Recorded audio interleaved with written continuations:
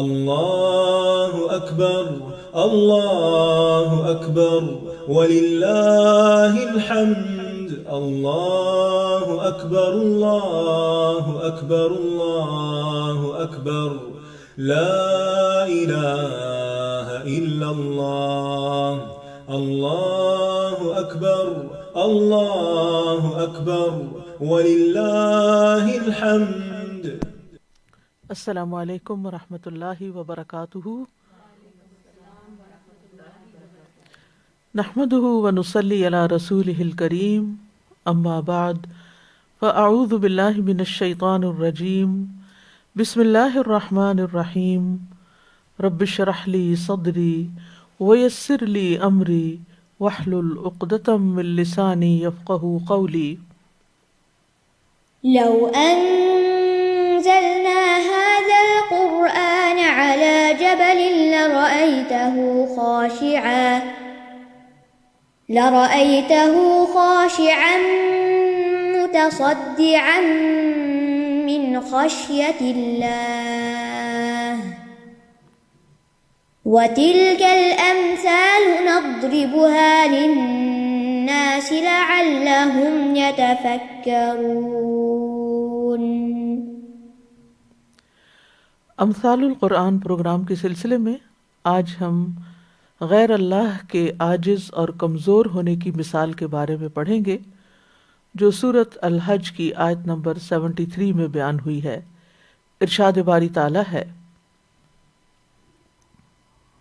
يا أيها الناس ضرب مثل فاستمعوا له إن الذين تدعون من دون الله لن يخلقوا ذبابا ولو اجتمعوا له وَإِن يَسْلُبْهُمُ الذُّبَابُ شَيْئًا لَا يَسْتَنقِذُوهُ مِنْهُ ضَعُفَ الطَّالِبُ وَالْمَطْلُوبُ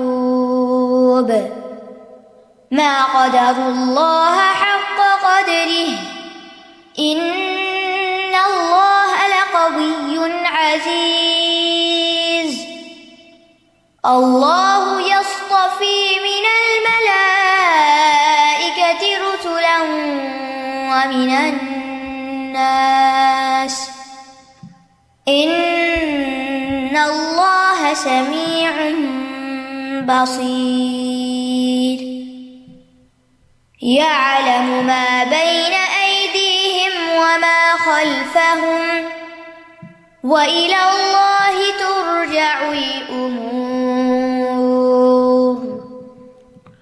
اے لوگو ایک مثال بیان کی جا رہی ہے، اے لوگو ایک مثال بیان کی جا رہی ہے، پس تم اسے غور سے سنو۔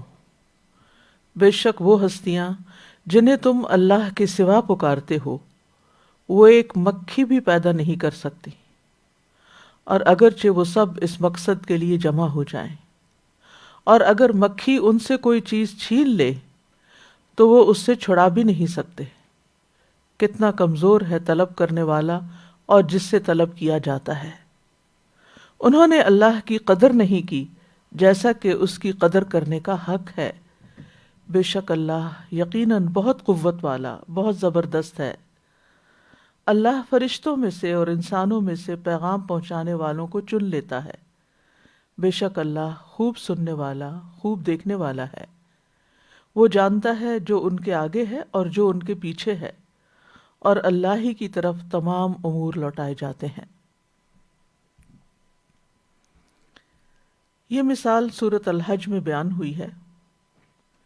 سورۃ الحج میں اللہ سبحانہ تعالیٰ نے بہت سی چیزیں توحید کے اس بات میں اور شرک کے ابطال میں بیان فرمائی ہیں۔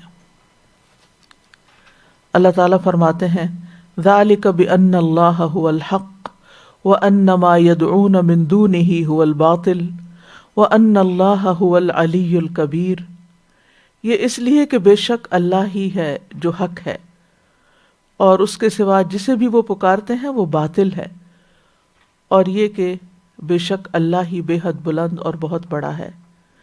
پھر اسی طرح آیت نمبر 71 میں فرمایا وَيَعْبُدُونَ مِن دُونِ اللَّهِ مَا لَمْ يُنَزِّلْ بِهِ سُلْطَانًا وَمَا لَيْسَ لَهُم بِهِ عِلْمٌ وَمَا لِلظَّالِمِينَ مِن نَصِيرٍ، اور وہ اللہ کے سوا جس چیز کی عبادت کرتے ہیں اس کی اللہ نے کوئی دلیل نازل نہیں کی اور جس کا انہیں کچھ علم نہیں، ظالموں کا کوئی بھی مددگار نہیں۔ تو ان دونوں آیات میں ہم دیکھتے ہیں کہ اللہ سبحانہ وتعالیٰ نے غیر اللہ کو پکارنے کو باطل ثابت کیا ہے اور ان کی کمزوری کا بیان کیا ہے، یعنی ان کی کمزوری کو بیان کیا ہے، اور اس کے بعد پھر ان معبودان باطلہ کی کمزوری اور بے بسی کو ذکر کر کے کہ جن کی اللہ کے سوا پرستش کی جاتی ہے یا جن سے دعائیں کی جاتی ہیں، ایک ایسی مثال کے ذریعے اس بات کو واضح کیا ہے کہ جس کو دیکھا جا سکتا ہے، محسوس کیا جا سکتا ہے، جس کو سمجھا جا سکتا ہے۔ اور مثال بیان بھی اس لیے کی جاتی ہے کہ وہ چیز جو دیکھی نہ جا سکتی ہو اس کو دیکھی جانے والی چیز کے ساتھ مزید واضح کیا جائے۔ تو ارشاد باری تعالیٰ ہے یا ایہا الناس، اے لوگو، یا ایہا، یہاں تین چیزیں جمع ہیں، یا، ایو اور ہا۔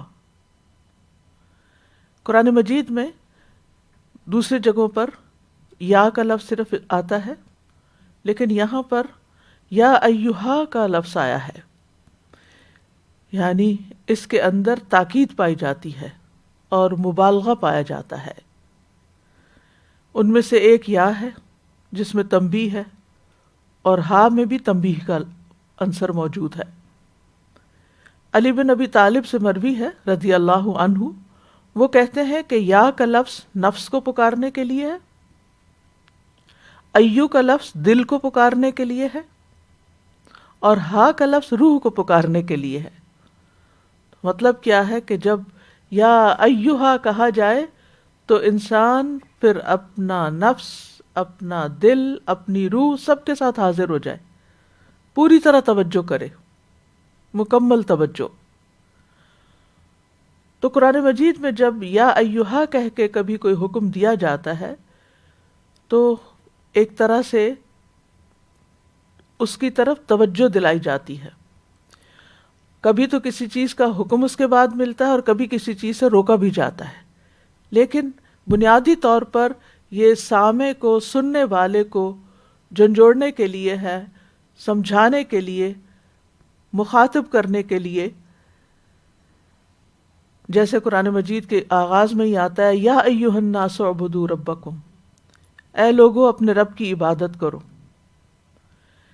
اسی طرح یا ایھا کا لفظ ایمان والوں کے لیے بھی آتا ہے، یعنی عمومی خطاب ساری انسانیت کو بھی ہوتا ہے اس کے ساتھ، اور اہل ایمان کو بھی، جیسے یا ایھا الذین آمنوا۔ تو یہاں پر فرمایا یا ایھا الناس، اے لوگو۔ الناس کا لفظ جو ہے یہ اناس سے ہے، حمزہ کو حذف کر کے اس کے عوض الف لام لایا گیا ہے، الناس۔ اور بعض کے نزدیک یہ نسیہ سے ہے، اور اس کی اصل انسیان تھی، اور بعض کہتے ہیں یہ ناسا ینوسو سے ہے، جس کا مطلب ہوتا ہے مضطرب ہونا۔ تو یہاں پر مراد انسان ہے، تمام انسانوں کو خطاب ہے، اول و آخر، سب کے سب، مرد، عورت، بڑے بوڑھے، سب کے سب، مومن، کافر، جو بھی۔ تو یا ایھا الناس، اے لوگو، ضرب مثل، ایک مثال بیان کی جا رہی ہے، ایک مثال مقرر کی جا رہی ہے۔ فاستمعوا لہ، اس کو غور سے سنو، یعنی ایک چیز بیان ہونے کو جا رہی ہے، اس کی طرف پوری توجہ کرو۔ اگرچہ اس میں جو چیز بیان ہوگی وہ دیکھنے سے تعلق رکھتی ہے، لیکن اس سے پہلے سننے کی طرف توجہ دلائی گئی کہ پوری طرح غور سے سنو۔ ایک ہوتا ہے سماع، سننا، اور ایک ہوتا ہے استماع، جو غور سے سننے کے لیے آتا ہے۔ جیسے قرآن مجید میں آتا ہے نحن اعلم بما یستمعون به اذ یستمعون الیک، تو لوگ جب تمہاری طرف کان لگاتے ہیں تو جس سے یہ سنتے ہیں اسے ہم خوب جانتے ہیں. تو فاستمعوا لہ، یعنی اس کو غور سے سنو، غور سے سن کے پھر اس پر غور و فکر کرو، اس کو سمجھنے کی کوشش کرو، اس کا فہم حاصل کرو، دل، روح اور اپنے نفس ہر چیز کو حاضر کر کے سنو، اس کے مطلب کو سمجھنے کی کوشش کرو. تمہارے دل غافل نہ ہو، تمہارے کان سنی انسنی نہ کریں، اعراض نہ برتیں، بلکہ پوری توجہ کر دو اس طرف. کیا ہے وہ بات جس کی طرف اس طرح متوجہ کرایا جا رہا ہے؟ وہ کیا مثال ہے؟ فرمایا ان الذین تدعون من دون اللہ، بے شک وہ ہستیاں یا وہ لوگ یا وہ چیزیں جنہیں تم اللہ کے سوا پکارتے ہو. تدعون کا لفظ جو ہے دعا یدعو سے ہے، دعا. ابن قیم رحمہ اللہ کہتے ہیں کہ اس آیت میں یہاں الدعاء سے مراد دعائے عبادت ہے، جبکہ یہ مانگنے پر بھی مشتمل ہے، کیونکہ قرآن مجید میں دعا کی دو قسمیں ہیں، ایک دعائے عبادت اور ایک دعائے مسئلہ. ایک ہے عبادت کی دعا اور ایک ہے مانگنے کی دعا. تو مانگنے کی دعا کیا ہے کہ انسان اللہ تعالیٰ سے دنیا آخرت کی جو بھی کوئی بھلائی مانگتا ہے اس کو دعائے مسئلہ کہتے ہیں، کہ سوال کرتا ہے اللہ تعالیٰ سے. اور دعائے عبادت یہ ہے کہ براہ راست سوال نہیں کرتا، لیکن پرستش کا کوئی بھی کام کرتا ہے، سجدہ کرتا ہے، ذکر کرتا ہے، یعنی اپنی زبان قال سے یا زبان حال سے اپنے رب سے ایک طرح سے طلب کرتا ہے کہ اللہ میری عبادت قبول کر لے. تو یہاں اللہ سبحانہ وتعالی یعنی قرآن مجید میں ہمیں اللہ سبحانہ وتعالی ہی کو پکارنے کا حکم دیا گیا ہے اور اس کے سوا کسی اور سے دعا مانگنے سے منع کیا گیا ہے. اسی طرح ہمیں صرف اللہ تعالیٰ کی عبادت کا حکم دیا گیا ہے، کسی اور کی عبادت سے روکا گیا ہے، جیسے ایاک نعبد و ایاک نستعین. تو آپ دیکھیں کہ دونوں چیزیں نعبد اور نستعین ساتھ ساتھ آ رہی ہیں، ایک میں عبادت ہے اور ایک میں سوال ہے، مدد طلب کی جا رہی ہے. تو بہرحال اللہ سبحانہ وتعالیٰ انسانوں سے کیا چاہتے ہیں کہ فدعوا اللہ مخلصین لہ الدین، اللہ کو پکارو دین کو اسی کے لیے خالص کرنے والے ہو کر. اور جو اللہ کے سوا کسی اور کو پکارتا ہے ان کی مثال سورۃ الاحقاف میں کچھ یوں دی گئی وَمَنْ أَضَلُّ مِمَّنْ يَدْعُو مِن دُونِ اللَّهِ مَن لَّا يَسْتَجِيبُ لَهُ إِلَى يَوْمِ الْقِيَامَةِ وَهُمْ عَن دُعَائِهِمْ غَافِلُونَ وَإِذَا حُشِرَ النَّاسُ كَانُوا لَهُمْ أَعْدَاءً وَكَانُوا بِعِبَادَتِهِمْ كَافِرِينَ. اور اس سے بڑھ کر کون گمراہ ہے جو اللہ کے سوا انہیں پکارتا ہے جو قیامت کے دن تک اس کی دعا قبول نہیں کریں گے اور وہ ان کے پکارنے سے بھی بے خبر ہیں. اور جب سب لوگ اکٹھے کیے جائیں گے تو وہ ان کے دشمن ہوں گے الٹا، اور وہ ان کی عبادت کے منکر ہوں گے، کیونکہ اللہ سبحانہ وتعالیٰ کی جتنی بھی مخلوق ہے وہ قطعاً یہ نہیں چاہتی کہ خالق کو چھوڑ کر ان کی عبادت کی جائے یا ان سے دعائیں مانگی جائیں. تو یہاں پر ان الذین تدعون من دون اللہ کا مطلب یہ ہوا کہ اللہ کے علاوہ جو بھی کوئی ہے، دونہ کا مطلب ہوتا ہے اس سے کم، یعنی اس کے علاوہ، اللہ سبحانہ وتعالیٰ کے علاوہ جو بھی کوئی ان کے جھوٹے معبود ہیں، خود ساختہ الہ ہیں، پتھر ہیں یا درخت ہیں یا ستارے ہیں یا سیارے ہیں. اگر دیکھا جائے تو انسان نے کس چیز کو چھوڑا ہے کہ اس کو نہیں پوجا؟ انسانوں نے آگ کو پوجا، انسانوں نے سورج کو پوجا، انسانوں نے درختوں کو پوجا، انسانوں نے پانی کی ورشپ کی، انسانوں نے مٹی کے اور پتھر کے بنائے ہوئے بتوں کی، ستاروں کی، سیاروں کی، ہر چیز کی، جانوروں کی، سانپ کی، گائے کی، معلوم نہیں کس کس چیز کی، ہزاروں نہیں لاکھوں کروڑوں کے تعداد میں آبجیکٹس کی اللہ کے سوا لوگوں نے عبادت کی یا ان کو پکارا اپنی ضرورت میں. تو یہاں پر ان سب کی طرف اشارہ، ان الذین تدعون من دون اللہ. من دون اللہ میں اللہ کے سوا جو بھی ہیں، چاہے پیغمبر ہوں، فرشتے ہوں، کوئی بھی مخلوق ہو، سب کے سب شامل ہو جاتے ہیں۔ ان سب کی حقیقت کیا ہے؟ لن یخلقوا ذبابا، وہ تو ایک مکھی بھی ہرگز پیدا نہیں کر سکتے یا نہیں کر سکیں گے۔ یخلقو، خلق یخلق مضارع کا صیغہ ہے جس میں حال اور مستقبل دونوں کا معنی پایا جاتا ہے، اور خلق کا معنی ہوتا ہے پیدا کرنا، ایجاد کرنا۔ اور ذبابن جو ہے اس کا روٹ ذال با با ہے، یہاں ذباب کا معنی مکھی ہے۔ یہ شہد کی مکھی اور بھیڑ وغیرہ پہ بھی بولا جاتا ہے یہ لفظ۔ اور ذباب العین کہتے ہیں آنکھ کی پتلی کو، کیونکہ وہ شاید اپنے شکل کے اعتبار سے کچھ نہ کچھ مکھی سے ملتی جلتی ہے، یعنی اس کے اندر سے بھی جیسے شعاعیں سے نکلتی ہیں یا ایک لائنیں سے نکلتی ہیں۔ اسی طرح تکلیف دینے میں بھی مکھی کے ساتھ تشبیہ دی جاتی ہے، ذباب السیف، تلوار کی ذباب۔ اسی طرح جو شخص بہت تنگ کرتا ہو اس کو بھی عربی میں ذباب کہہ دیا جاتا ہے، یعنی کہ یہ مکھی کی طرح میرے پیچھے پڑ گیا۔ ذبتن معلق چیز کو کہتے ہیں، معلق چیز کے ہلنے کی آواز کو کہتے ہیں ذبا، اور پھر اس سے بطور استعارہ حرکت اور اضطراب کے معنوں میں بھی آتا ہے۔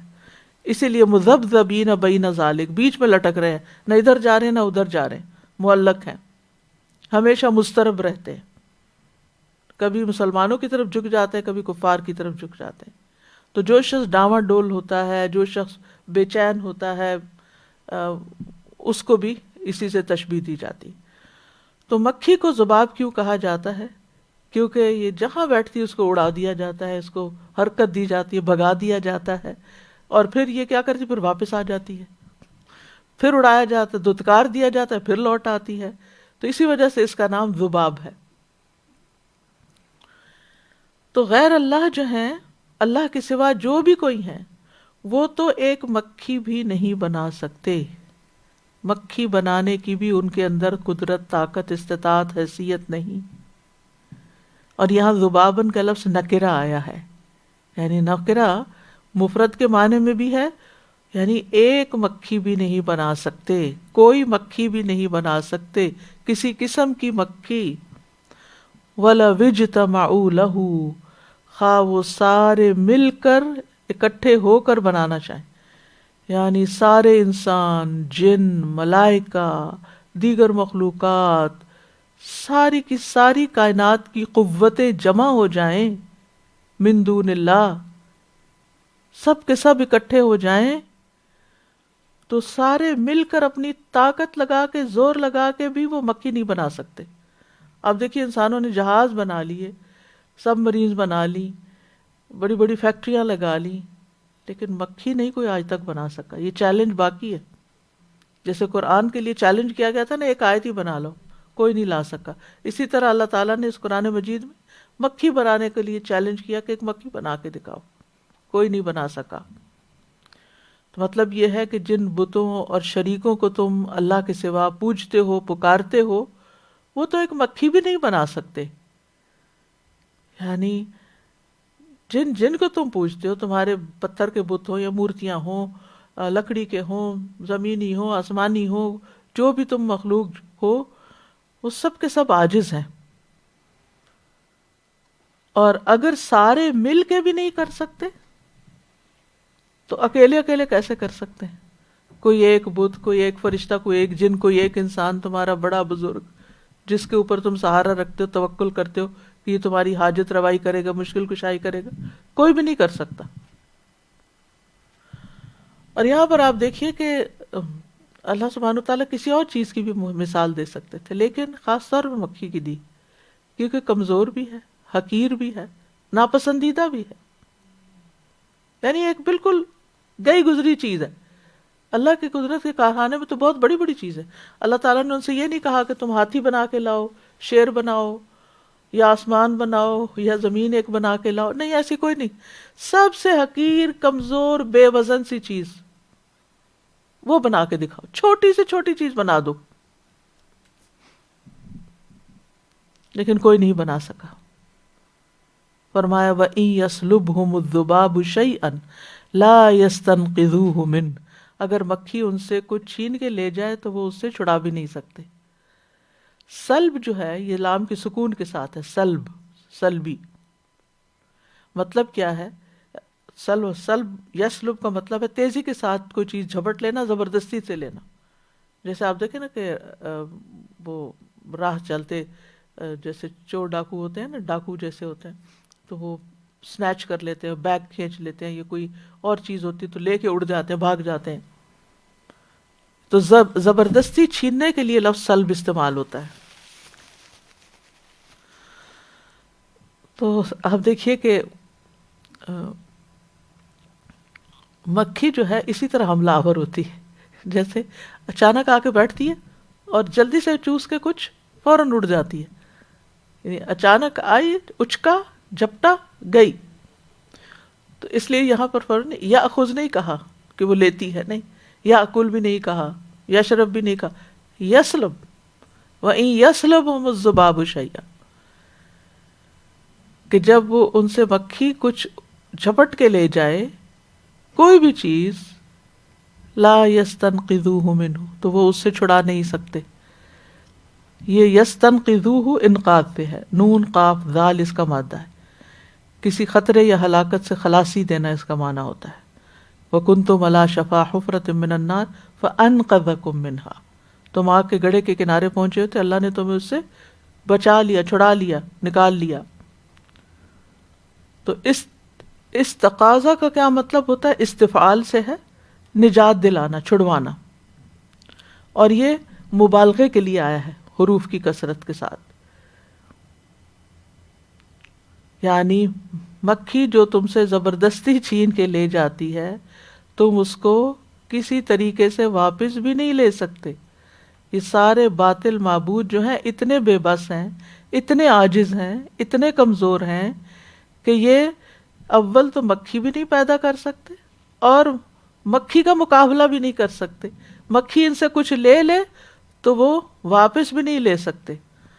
تو سوچو اس بے بسی اور کمزوری کے بارے میں کہ جو اتنا کمزور ہو، اتنا بے بس ہو، اس کو معبود کیسے بنایا جا سکتا ہے؟ اس کو تم اپنا الہ کیسے سمجھتے ہو؟ اس کی عبادت کیوں کرتے ہو؟ اس سے کیا مانگتے ہو؟ وہ تمہارے لیے کیا کرے گا؟ تو وہ تو مکھی سے بھی اب چیز نہیں چھڑا سکتا، اپنی واپس نہیں لے سکتا، تو وہ تمہارے لیے کوئی چیز کیسے تمہیں پرووائڈ کر سکتا ہے؟ یہ تمہارا مسئلہ حل کر سکتا ہے؟ تو یہاں ان کی بے بسی اور عقل کی کمزوری کی بات کی گئی ہے کہ جو لوگ پتھروں اور بتوں کو معبود بنا لیتے ہیں یا اللہ کے سوا کسی کی بھی عبادت کرتے ہیں یا اس سے دعا کرتے ہیں، تو وہ دراصل عقل کے نہایت کمزور ہیں، ان کو بات سمجھ جانی چاہیے۔ بعض مفسرین نے یہ بھی لکھا ہے کہ اس سے مراد بت ہیں جن پر پوجنے والے زعفران اور شہد وغیرہ لگاتے ہیں یا ان کے سامنے کھانے کی چیزیں لگا کے سجا کے رکھتے ہیں۔ اگر آپ کو کبھی کسی مندر وغیرہ جانے یا دیکھنے کا اتفاق ہوا تو مورتیوں کے آگے فروٹ وغیرہ اور کھانے کی چیزیں پڑی ہوتی، حالانکہ انہوں نے کھانا کچھ نہیں ہوتا، وہ چڑھاوا ہوتا ہے ان کے نام کا۔ ابراہیم علیہ السلام کی قوم بھی یہی کرتی تھی۔ تو اب کیا ہوتا تھا اس زمانے میں، اس طرح کوئی بند قسم کے گھر تو نہیں ہوتے تھے، چیزیں کھلی ہوتی تھی، تو انسانوں کے ساتھ مکھیاں بھی اندر گھس جاتی تھی مندر وغیرہ میں، ان کی عبادت گاہوں میں، اور وہ جا کے بتوں کے سر پہ بیٹھ جاتی تھی اور وہ شہد چوستی تھی، یا جو کھانے وانے رکھے ہوتے تھے ان کے اوپر آ کے بیٹھ جاتی تھی۔ اب یہ سارا سین وہ دیکھتے تھے تو ان کو سمجھ آتی تھی کہ ہاں یہ تو ہوتا ہے، یعنی جو چیز انسان نے دیکھی ہو نا وہ جلدی سمجھ میں آتی۔ تو اللہ سبحانہ وتعالیٰ نے ایسی چیز کی مثال دی کہ یہ مکھی جب آ کے تمہارے بت کے سر پہ بیٹھ کے اس کا شہد رس لے کے چلی جاتی ہے، تو تم تو اس کا مقابلہ، وہ بت تو پلٹ کے اس سے اپنی وہ چیز بھی، چھوٹی سی چیز بھی نہیں لے سکتے۔ مکھی کتنا کچھ لے جا سکتی ہے، لیکن تم تو وہ بھی نہیں لے جا واپس لے سکتے۔ تو قرطبی کہتے ہیں کہ اللہ تعالیٰ نے باقی تمام حشرات اور کیڑے مکوڑوں میں سے صرف مکھی کو خاص طور پر بیان کیا ہے، اس کی حقارت کی وجہ سے، کمزوری کی وجہ سے، قابل نفرت ہونے کی وجہ سے اور ان کی کثرت کی وجہ سے کہ ہر جگہ نظر آتی ہیں، یعنی آسانی سے ان کو دیکھ سکتے ہیں اور ان کے اس عمل کا ہر کوئی مشاہدہ کر سکتا ہے، ہر کوئی یہ مثال سمجھ سکتا ہے۔ اگر کسی ایسے کیڑے مکوڑے کا ذکر کیا جاتا ہے جو کسی ایک علاقے میں پایا جاتا ہے اور دوسرے میں ہوتا ہی نہیں ہے تو پھر لوگوں کو سمجھ نہ آتی، لیکن مکھی تو ہر جگہ ہی ہوتی ہے اور کئی قسم کی مکھیاں ہوتی ہیں۔ ضعف الطالب والمطلوب، کمزور ہے طالب بھی اور مطلوب بھی۔ ضعف جو ہے یہ رائے کی کمزوری کے لیے بھی بولا جاتا ہے، جسمانی کمزوری کے لیے بھی، حالات کی کمزوری کے لیے بھی، جیسے قرآن مجید میں آتا ہے وَعَلِمَ أَنَّ فِيكُمْ ضَعْفًا، اور اس نے جان لیا کہ تمہارے اندر کس قدر کمزوری ہے۔ ضعف الطالب، طالب کا لفظ جو ہے یہ طلب سے ہے، طلب کا مطلب ہے حاجت روائی کرنا۔ مفسرین کہتے ہیں کہ الطالب سے مراد بت اور مطلوب سے مراد مکھی، یعنی جب مکھی بتوں پہ بیٹھتی ہے تو بت اس مکھی سے جو مطلوب ہوتی ہے، وانٹیڈ ہے کہ وہ سلب کر کے چھین کے لے گئی، وہ کچھ بھی نہیں لے سکتی۔ تو بت بھی کمزور ہے کہ وہ چھڑا نہیں سکتا، یا وہ معبود بھی کمزور ہے جس میں مکھی آ کے بیٹھی، اور مکھی بھی کمزور ہے کیونکہ مکھی ایک کمزور چیز ہے۔ یعنی بت اور مورتیاں کمزور ہیں کہ مکھی ان سے جو چھین کے لے جائے یہ ان سے چھڑا نہیں سکتے۔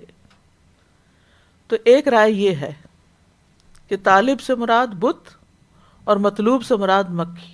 کہتے ہیں نا فلاں مطلوب ہے، پولیس کو مطلوب ہے، یعنی اس نے کچھ جرم کیا ہے اب وہ مطلوب ہے، تو ایسے ہی مکھی نے جرم کیا ہے اور مکھی مطلوب ہے۔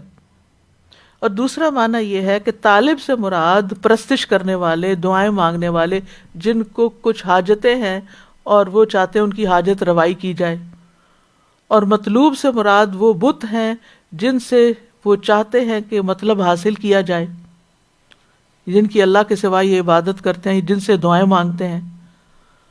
تو یہاں پر یہ بتایا گیا کہ تم ان معبودوں سے کیا مانگتے ہو، وہ تو خود کمزور ہیں، وہ تو خود کسی قابل نہیں ہے، تم ان کی بے بسی کو نہیں دیکھتے، ان کی کمزوری کو نہیں دیکھتے، وہ تو اپنے نفع نقصان کے بھی مالک نہیں، تمہارے لیے کیا کریں گے؟ یعنی جب تم ان معبودوں سے کچھ مانگتے ہو تو تم بھی کمزور ہو، یعنی تمہاری عقل کمزور ہے، اور جن سے مانگا جا رہا ہے وہ بھی کمزور ہے، وہ کچھ دینے پہ قادر ہی نہیں ہے۔ حقیقت یہ ہے کہ اللہ سبحانہ تعالیٰ کے سوا سبھی کمزور ہیں۔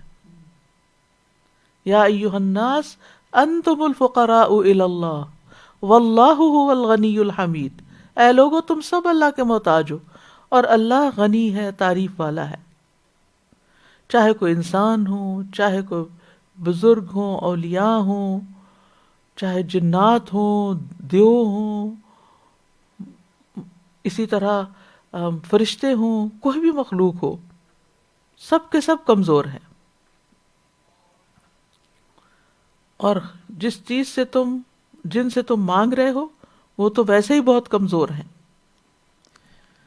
اور اگر دیکھا جائے اس کائنات میں ان ساری چیزوں پر اللہ تعالیٰ نے انسان کو فوقیت دی ہے نا، وَلَقَدْ كَرَّمْنَا بَنِي آدم، بنی آدم کو ہم نے عزت بخشی۔ اچھا بنی آدم کا حال کیا ہے؟ اب دیکھیے کہ بعض اوقات ہمارے اوپر مکھی بیٹھ جاتی ہے نا تو ہم اس کو ہٹاتے پھر تنگ کرتے، پھر ہم کسی کو آواز دیتے ادھر آؤ اس مکھی کو بھگاؤ، یہ مکھی مارو۔ اور خاص طور پہ جو جتنا بڑا ہوتا ہے، کوئی بادشاہ ہے، کوئی بڑا، وہ خود اٹھ کے مکھی کو نہیں بھگاتا نہ مارتا، وہ کسی اور کو ہی بلاتا ہے۔ پھر اسی طرح آپ دیکھیں یہ تو ایک مکھی کا سیناریو ہے نا، لیکن اس کے علاوہ بھی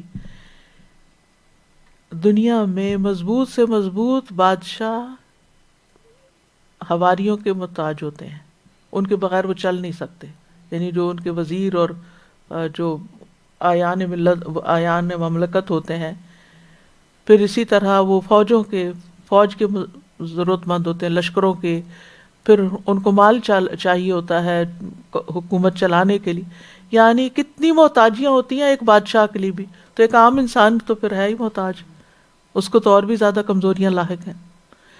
پھر آپ دیکھیے کتنا بھی اسٹرانگ سے اسٹرانگ انسان ہوتا ہے نا، وقت آتا ہے کہ ٹوٹ جاتا ہے۔ آپ فزیکلی کتنے اسٹرانگ ہوں، بیماری آپ کو لٹا دیتی ہے، کووڈ جیسی حقیر ترین چیز آپ کو بے بس کر دیتی ہے۔ پھر آپ دیکھیے کہ آپ کتنے بڑے عالم ہوں، بعض اوقات کسی معمولی انسان کا چھوٹا سا سوال آپ کو عاجز کر دیتا ہے، آپ کے پاس جواب نہیں ہوتا۔ آپ کتنے ہی ایموشنلی اسٹرانگ ہوں، ایموشنلی، لیکن آپ کے اوپر ایسی کیفیات آ جاتی ہیں کہ جن کا آپ کو خود بھی سمجھ نہیں آتی کہ آپ کو ہوا کیا۔ آپ کو انجانا سا ہم و غم لاحق ہو جاتا ہے، جس کو دور کرنے کے لیے آپ کو وتواصوا بالحق وتواصوا بالصبر کی ضرورت پڑتی ہے۔ آپ ایسے ڈپریشن کا شکار ہو جاتے ہیں کہ جس میں آپ کو ضرورت ہوتی ہے کہ کوئی آپ کا ہاتھ پکڑے اور آپ کو اٹھائے، حالانکہ آپ کل تک دوسروں کے ہاتھ پکڑتے رہیں۔ یہ تو انسان کی کمزوریاں ہیں، اور اسی طرح باقی بھی جتنی مخلوق ہے سارے کے سارے کمزور ہیں۔ اور پھر آپ دیکھیے کہ عملی مثالیں بھی دنیا میں ملتی ہیں۔ یہاں میں ایک کتاب میں پڑھ رہی تھی، یہ مولانا وحید الدین کی ہے، انہوں نے ایک انگریزی اخبار ٹائمز آف انڈیا کا 11 مارچ 1990 کی خبر کے اوپر تبصرہ کیا ہے۔ وہ کہتے ہیں کہ یہ خبر نظر سے گزری، حیدرآباد میں بدھا کی مورتی اسٹیچو لگانے کا منصوبہ بنایا گیا۔ اس پورے منصوبے کی لاگت 58 کروڑ 58 لاکھ روپیہ تھی۔ صرف مورتی کی لاگت 80 لاکھ روپے تھی۔ یہ مورتی نہایت اہتمام سے بنوائی گئی، اس کا انشورنس 3 کروڑ 7 لاکھ روپیہ تھا۔ تیاری کے دوران مہاراشٹر کے چیف منسٹر ڈاکٹر چنا ریڈی روزانہ اس کے معائنے کے لیے جاتے تھے۔ اس مورتی کا وزن تقریباً 300 ٹن تھا اور وہ 75 فٹ اونچی تھی۔ 10 مارچ 1990 کو بدھا کی یہ مورتی حسین ساگر جھیل کے کنارے ایک مخصوص کشتی پر رکھی گئی۔ اس کو جھیل میں آدھے کلومیٹر کا سفر کر کے مقررہ مقام پر پہنچنا تھا دوسری طرف، جہاں اس کو نصب کرنے کے لیے ایک مخصوص پلیٹ فارم بنایا گیا تھا۔ اس پلیٹ فارم کی تعمیر پر 2 کروڑ 32 لاکھ روپے کی لاگت آئی تھی، مگر جب کشتی جھیل کے درمیان پہنچی تو وہ اندر پانی آ جانے کی بنا پر یا کسی اور وجہ سے ڈوب گئی۔ مورتی سمیت 8 آدمی بھی 7 میٹر نیچے پانی کی تہہ میں چلے گئے۔ تو آپ دیکھیے کہ یہ زندہ مثالیں، عبرت کی مثالیں اللہ سبحانہ وتعالیٰ بیان کرتے ہیں، یعنی اللہ سبحانہ وتعالیٰ دکھاتے ہیں ہمیں تاکہ انسانوں کو ہوش میں آئے۔ یعنی انسان اللہ کو چھوڑ کر جب کسی اور چیز کو اپنا سہارا بناتا ہے، اس کو مقدس سمجھتا ہے، حالانکہ ان کے پاس کوئی طاقت نہیں ہوتی۔ کچھ لوگ قبر والوں کے پاس چلے جاتے ہیں، کچھ لوگ نیک بزرگوں کے پاس چلے جاتے ہیں کہ ان کے ہاتھ میں بڑا اختیار، ان کی دعا تو ضرور قبول ہوگی، ان کے پاس چلے گئے تو کام ہو ہی جائے گا۔ اس طرح کا کوئی بھی خیال انسان کے اندر کسی مخلوق کے بارے میں نہیں آنا چاہیے، کیونکہ سبھی کمزور ہیں۔ انتم الفقراء الی اللہ، جو اپنی حفاظت خود نہیں کر سکتا وہ کسی کی کیا کر سکتا ہے؟ اصل طاقت اللہ سبحانہ تعالیٰ کے پاس ہے۔ آپ دیکھیے کہ اس کی تخلیق میں سے ایک معمولی چیز جو ہے وہ اتنی بے مثال ہے کہ انسان حیران ہو جاتا ہے کہ وہ خالق خود کیا ہے۔ لیکن انسانوں نے وما قدر اللہ حق قدرہ، انہوں نے اللہ کی قدر نہیں کی جیسے کہ حق تھا قدر کرنے کا۔ یہ کیوں؟ یہ ناقدری کیسے کی؟ اس کو چھوڑ کے جو سب کچھ کر سکتا ہے اوروں کو پکارنا شروع کر دیا، اوروں کے در پہ جانا شروع کر دیا، اوروں کے آگے سر جھکا دیا، اوروں کے آگے ہاتھ پھیلا دیے، اوروں پہ بھروسہ کیا، اوروں کو سہارا بنایا۔ یہی اصل ناقدری ہے۔ یعنی اللہ ہی کا حق ہے، لہو دعوت الحق، اللہ ہی کو پکارنا برحق ہے کہ اسی کو پکارا جائے، وہی دیتا ہے۔ لیکن اگر انسان ان کے پاس چلا جائے جو مکھی بھی نہیں بنا سکتے، اور مکھی کچھ لے جائے تو واپس بھی نہیں لا سکتے، تو بات یہ ہے کہ اگر اللہ تعالیٰ کی لوگ قدر و منزلت پہچانتے ہوتے تو کبھی اس کا کسی کو بھی شریک نہ بناتے، کسی اور کی طرف ان کا دھیان ہی نہ جاتا۔ حقیقت یہ ہے کہ اللہ جیسی قدرت کسی کے پاس نہیں۔ عبداللہ بن مسعود کہتے ہیں کہ علماء یہود میں سے ایک شخص رسول اللہ صلی اللہ علیہ وسلم کے پاس آیا اور کہا، اے محمد، ہم تورات میں پاتے ہیں کہ اللہ آسمانوں کو ایک انگلی پہ رکھ لے گا، اس طرح زمین کو ایک انگلی پہ، درختوں کو ایک انگلی پہ، پانی اور مٹی کو ایک انگلی پہ، تمام مخلوقات کو ایک انگلی پہ، پھر فرمائے گا انا الملک، میں ہی بادشاہ ہوں۔ آپ صلی اللہ علیہ وسلم اس پر ہنس دیے، اس طرح کہ آپ کے سامنے کے دانت دکھائی دینے لگے، اور یہ ہنسنا اس یہودی عالم کی بات کی تصدیق تھی۔ پھر آپ نے یہ آیت تلاوت کی، وما قدر اللہ حق قدرہ والارض جمیعا قبضتہ یوم القیامہ والسماوات مطویات بیمینہ سبحانہ وتعالی عما یشرکون۔ اور ان لوگوں نے اللہ کی قدر نہ کی جیسے کہ قدر کرنے کا حق تھا، اور ساری زمین قیامت کے دن اس کی مٹھی میں ہوگی، اور آسمان اس کے داہنے ہاتھ میں لپٹے ہوئے ہوں گے۔ وہ ان لوگوں کے شرک سے بالکل پاک اور بلند تر ہے۔ ان اللہ لقوی عزیز، بے شک اللہ تعالیٰ ہی یقیناً قوت والا، غلبے والا ہے، یعنی ساری طاقت اسی کے پاس ہے، سب کچھ کرنے کے لائق وہی ہے، اس لیے اسی کی طرف رجوع کرو۔ اللہ یستفی من الملائکۃ رسلا ومن الناس، اللہ ملائکہ میں سے اور انسانوں میں سے پیغامبر چن لیتا ہے، یعنی پیغام لانے والے۔ یعنی اللہ تعالیٰ نے انسانوں کی ہدایت کا انتظام کیا ہے، انہیں صحیح اور غلط کی پہچان کے لیے پیغمبر بھیجے، اور ان پیغمبروں کے پاس فرشتہ اب اللہ کا کلام لے کر آتا ہے۔ ان اللہ سمیع بصیر، بے شک اللہ سب کچھ سننے والا، سب کچھ دیکھنے والا ہے۔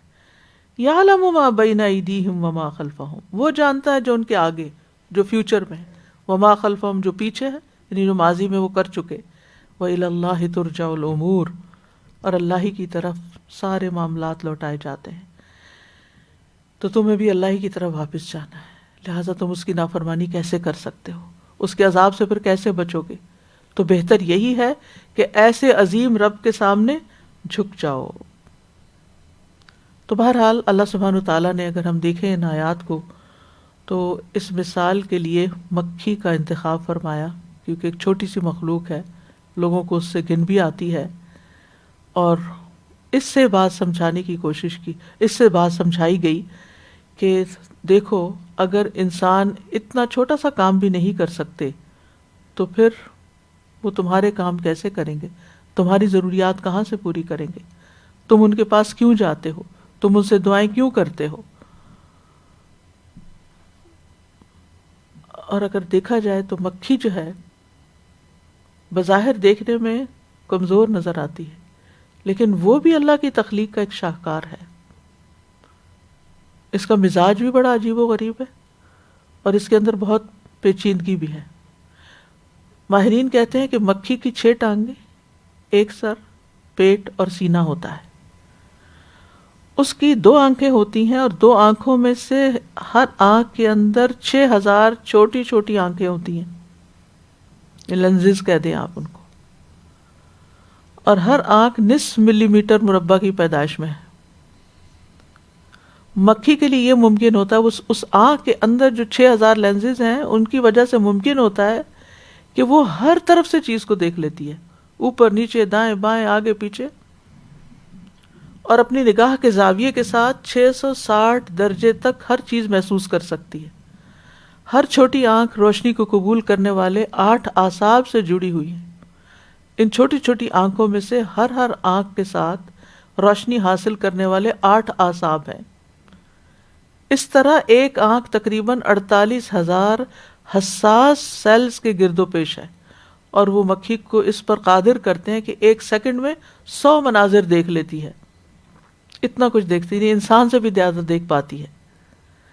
مکھی میں 10 ملین سیلز ہوتے ہیں، جن میں سے 9 ملین سیلز جسم میں ہوتے ہیں، 1 ملین اعصابی خلیات ہوتے ہیں، مکھی کے دماغ کا وزن 1 گرام کے 10 لاکھ حصوں میں سے ایک ہے.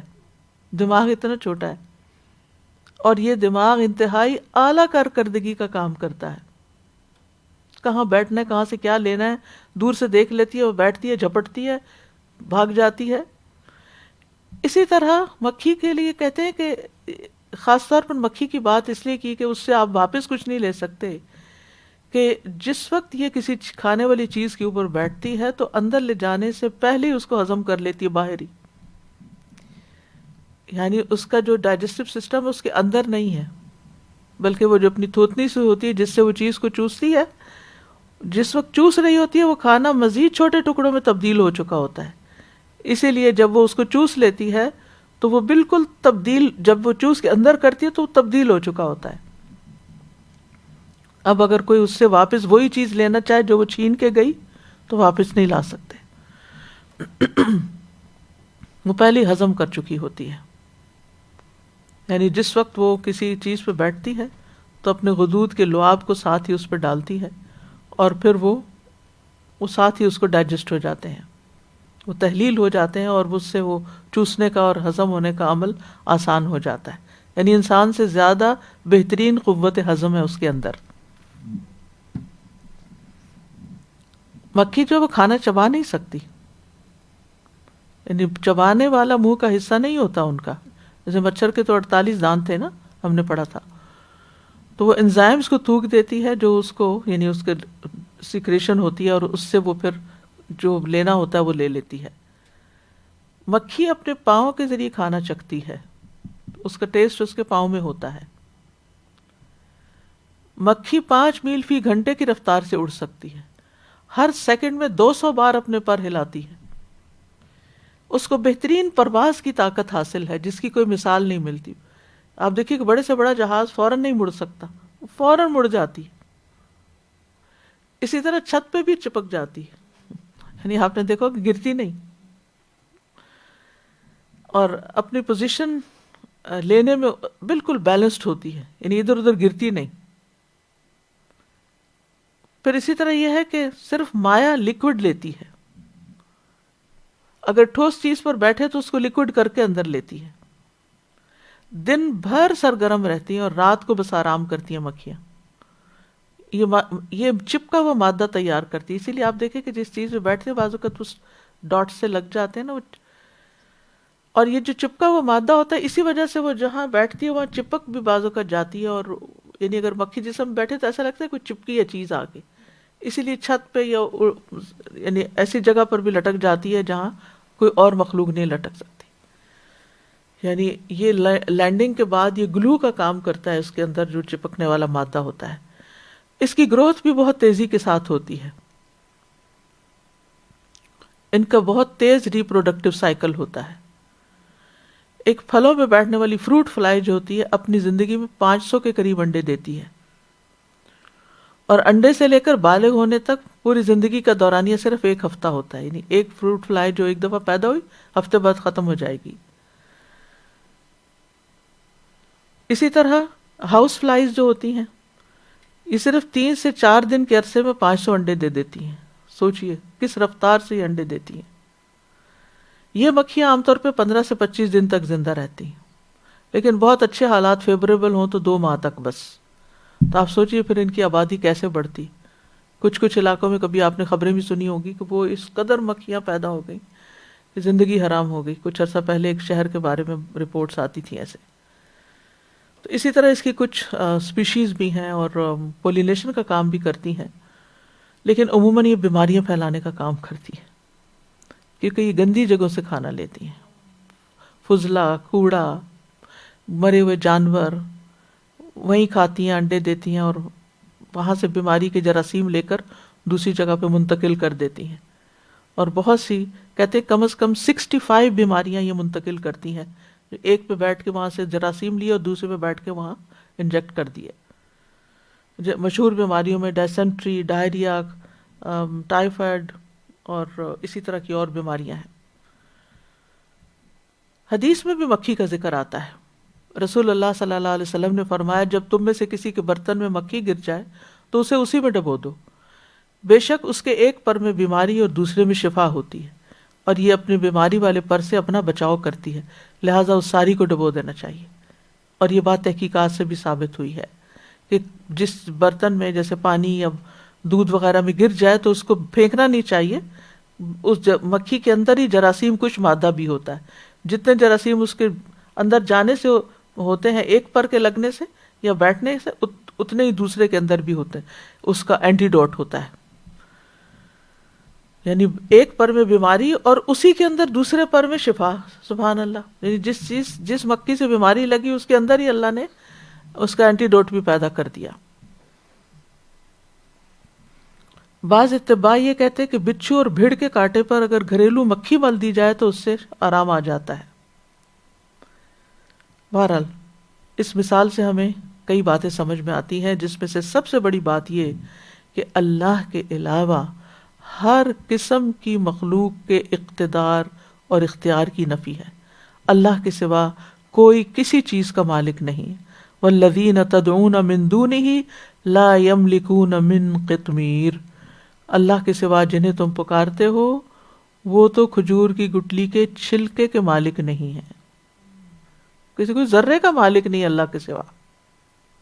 جیسے قرآن مجید میں آتا ہے قُلِ ادْعُوا الَّذِينَ زَعَمْتُم مِّن دُونِ اللَّهِ لَا يَمْلِكُونَ مِثْقَالَ ذَرَّةٍ فِي السَّمَاوَاتِ وَلَا فِي الْأَرْضِ، کہہ دیجئے پکارو ان کو جنہیں تم نے اللہ کے سوا گمان کر رکھا ہے، وہ نہ آسمانوں میں ذرے کے برابر چیز کے مالک ہیں اور نہ زمین میں، نہ آسمان کے ذرے کے مالک ہے کوئی انسان یا کوئی فرشتہ یا کوئی، کسی کی کوئی اصلی ملکیت نہیں ہے، سب چیزیں اللہ کی ملکیت ہیں، اور نہ زمین میں کوئی چیز، اور نہ ان میں سے کسی کا کوئی حصہ ہے ان میں، اور نہ کوئی مددگار ہے، یعنی اللہ کا کوئی مددگار نہیں۔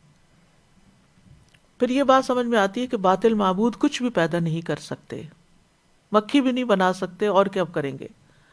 وہ تو خود اپنی مدد پر بھی عاجز ہیں، اپنی مدد بھی نہیں کر سکتے، نہ نفع دے سکتے ہیں نہ نقصان دے سکتے ہیں، نہ کسی تکلیف کو ہٹا سکتے ہیں، وہ کسی کے رزق کے مالک بھی نہیں ہے، تو پھر تم ان کے پاس کیوں جاتے ہو؟ ان کے در پہ کیوں جاتے ہو؟ ان کو اپنا معبود کیوں بناتے ہو؟ ان سے دعائیں کیوں مانگتے ہو؟ ان کو سہارا کیوں بناتے ہو؟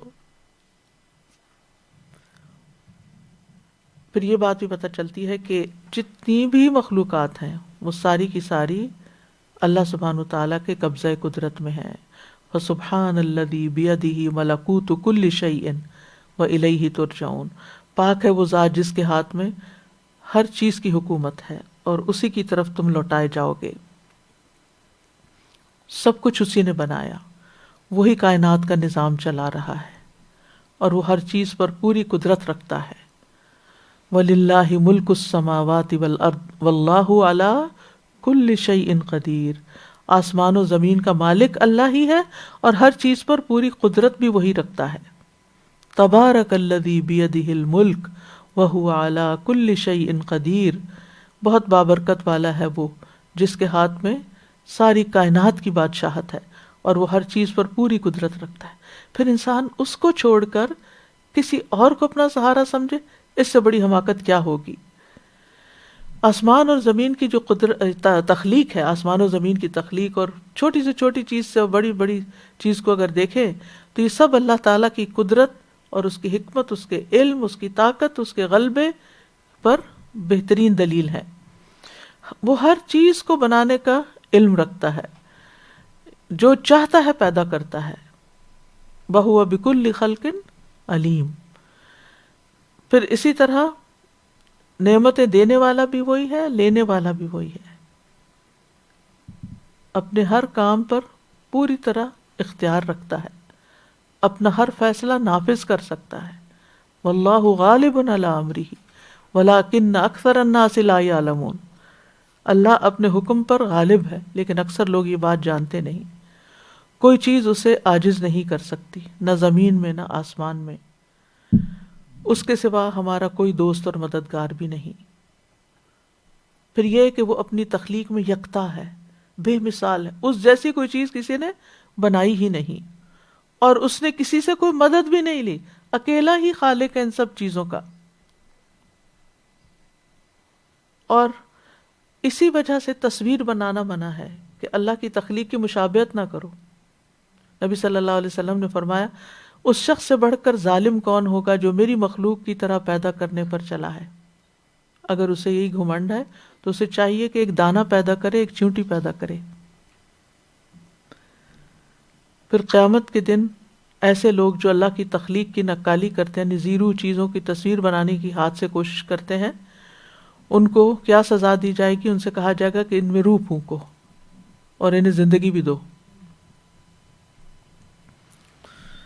تو کلی طور پر یہاں یہ بات سمجھ میں آتی ہے کہ اللہ سبحانہ تعالیٰ کے علاوہ کسی کو بھی تقدس کا مقام دینا، عبادت کے لائق سمجھنا، اس سے دعائیں کرنا، یہ سراسر حماقت کی علامت ہے، سراسر بے عقلی ہے.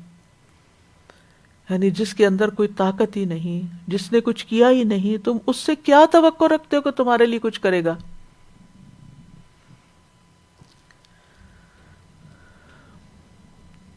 کرنے کا کام یہ ہے کہ ہم اللہ تعالیٰ کی معرفت حاصل کریں، اللہ تعالیٰ کی قدر پہچانیں، اللہ سبحانہ تعالیٰ کے ساتھ کسی کو شریک نہ ٹھہرائیں،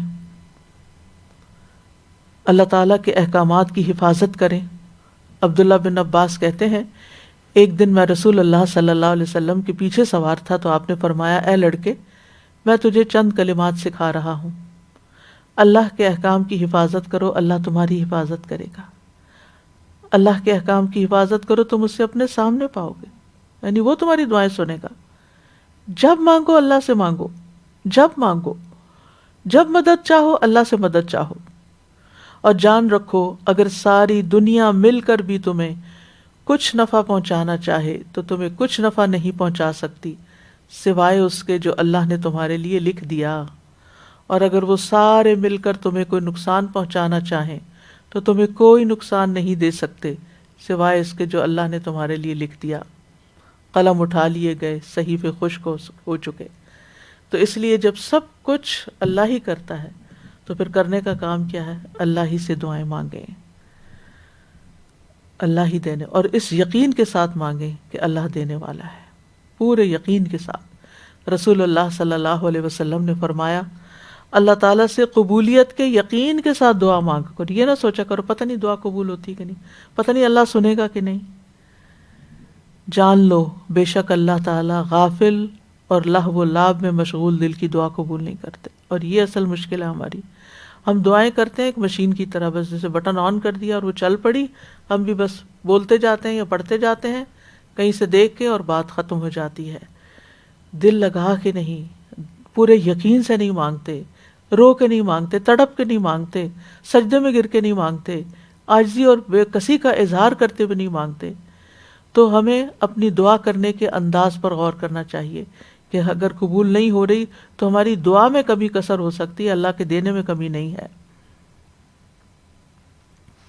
رسول اللہ صلی اللہ علیہ وسلم نے یہ بھی فرمایا، صحیح بخاری کی روایت ہے، جب تم میں سے کوئی دعا کرے تو اسے چاہیے کہ پختہ یقین کے ساتھ سوال کرے، اور وہ یوں نہ کہے کہ اے اللہ اگر تو چاہے تو مجھے عطا کر دے اور چاہے تو نہیں. یوں نہیں کہنا چاہیے. بے شک اللہ کی ذات کو کوئی مجبور کرنے والا نہیں.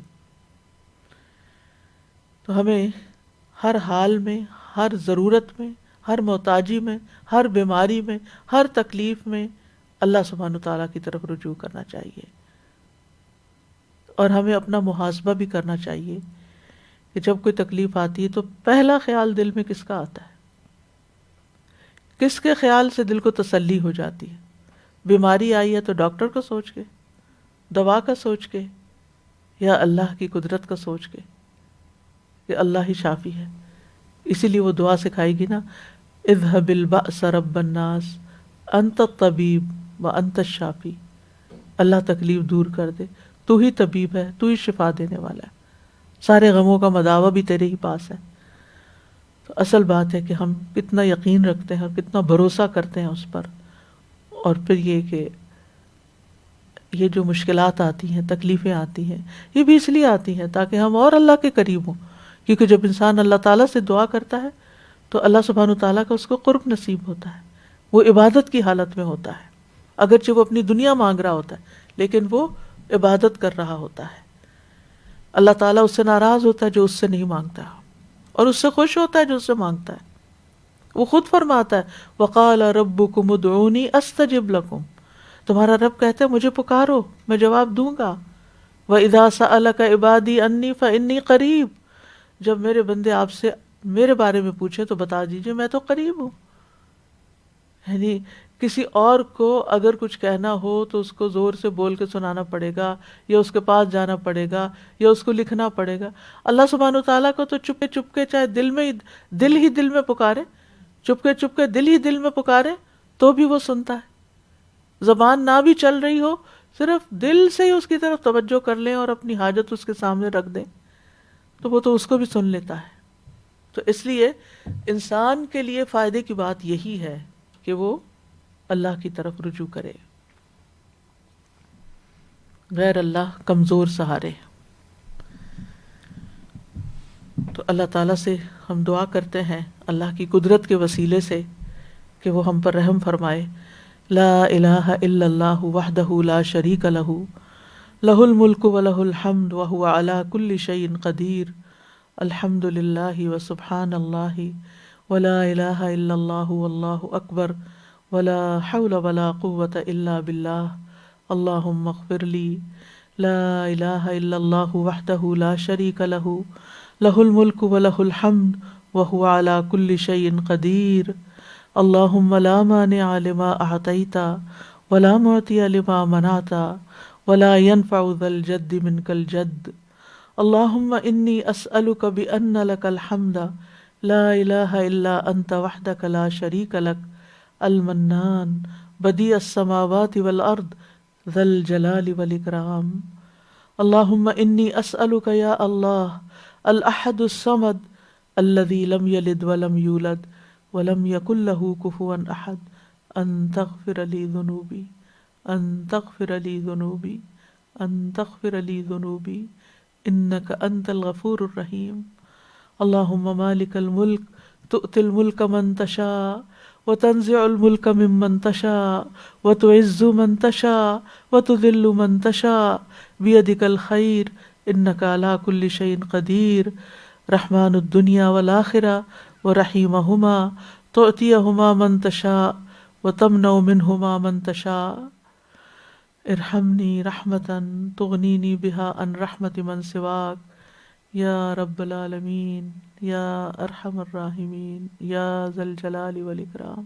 تمام بیماروں کو صحت عطا فرما، اس کرونا بیماری کو دور فرما، یا اللہ ہم سب کو تو اس سے محفوظ رکھ، یا اللہ تو اپنی اطاعت والی زندگی دینا اور اطاعت والی موت دینا۔ اللہ موت اس حال میں آئے کہ ہم تیرے بندے ہوں اور ہمارے زبان پہ لا الہ الا اللہ ہو، اور ہم پورے یقین کے ساتھ تجھ پر ایمان رکھتے ہوئے دنیا سے رخصت ہوں۔ ہماری قبروں کو روشن کر دینا، ہمارے آخرت کے دن کے حساب کو آسان کر دینا، پل صراط پر سے گزرنا آسان کر دینا، ہمیں نور عطا فرمانا، ہمیں امن اور سلامتی اور کے ساتھ بے حساب بغیر حساب کی جنت میں داخل کر دینا۔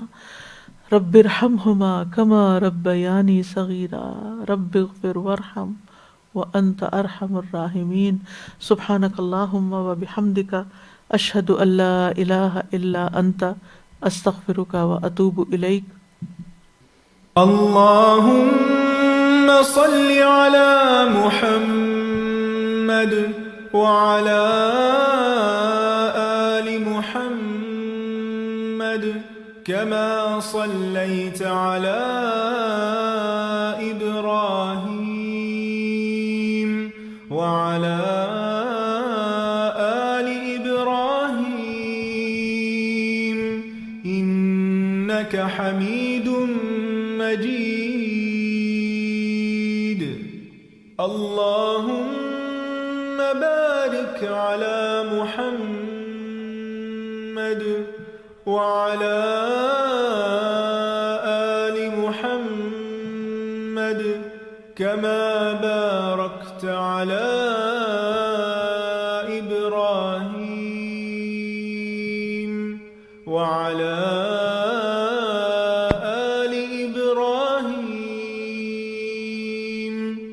إنك حميد مجيد۔